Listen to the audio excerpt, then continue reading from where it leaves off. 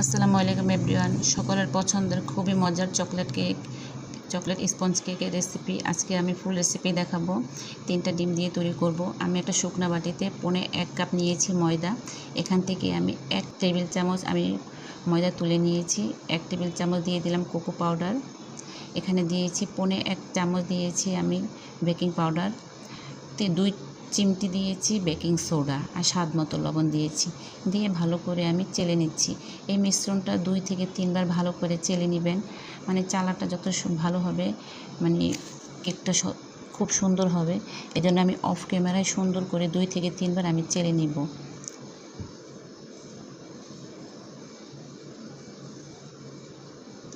এখন আমি শুকনা মিশ্রণটা আমি একদিকে ঢেকে রেখে দিয়েছি। শুকনো একটা বাটিতে আমি 3টা ডিম নিয়েছি। এই ডিমগুলো ছিল রুম টেম্পারেচারে, ফ্রিজের ডিম কোনো কিছুতে হওয়া যাবে না। যাই হোক, এখানে আমি চিনি দিয়ে দিচ্ছি। এখানে আমি চিনি দিব 1.5 কাপ। আপনারা চাইলে মিষ্টিটা একটু বাড়িয়ে দিতে পারেন। যাই হোক, এখন আমি বিট করে নিব। একটা ইলেকট্রিক বিটার দিয়ে আমি বিট করে নিব। একটু যখন ডিমের কালারটা সাদা হয়ে আসবে তখন আমি চিনিটা দিয়ে দিব। চিনিটা আমি একবারে দিব না, 2 থেকে 3 বারে দিব। অল্প অল্প করে চিনিটা দিব আর একটু সময় নিয়ে আস্তে আস্তে আমি বিট করব। ইলেকট্রিক বিটার আপনারা একটু সময় নিয়ে বিট করবেন, যেন গরম হয়ে গেলে একটু সমস্যা হতে পারে। যেন সময় নিয়ে আস্তে আস্তে বিট করার চেষ্টা করবেন। সুন্দর একটা ডিমের একটা ফোম যখন হয়ে আসবে তখন আমি বিটারটা অফ করে দিব। আপনারা দেখেন, স্ক্রিনে দেখে বুঝে নেবেন।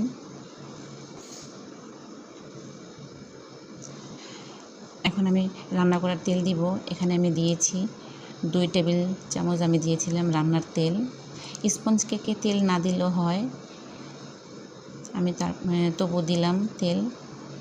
এখানে দিয়ে দিলাম আমি 1 চা চামচ দিয়েছি আমি চকলেট এসেন্স।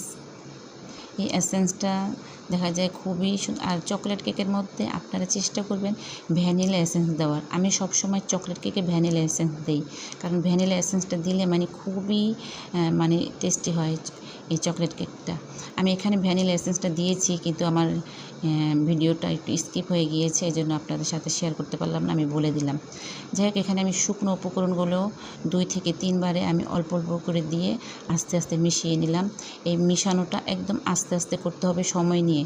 আমি এখানে একটু ভিডিওটা ফাস্ট করে দিয়েছি কারণ অনেক বড় হয়ে যাচ্ছিল। আর দিয়েছিলাম আমি 1 চা চামচ দিয়েছিলাম হোয়াইট ভিনেগার। এই হোয়াইট ভিনেগারটা দিলে দেখা যায় কেকটা চুপসে যাওয়ার সম্ভাবনা খুবই কম থাকে। যাই হোক, আমি মোল্ডে ঢেলে আমি ট্যাপ করে আমি চুলায় দিয়ে দিয়েছিলাম। আমি হাঁড়িটা আগেই চুলায় প্রিহিট করার জন্য দিয়েছিলাম। এতে আমার কেকটা সম্পূর্ণ রেডি হয়ে গিয়েছে। এই কেকটা হতে 1.5 ঘন্টা সময় লেগেছে। এই তো আমি অফ ক্যামেরায়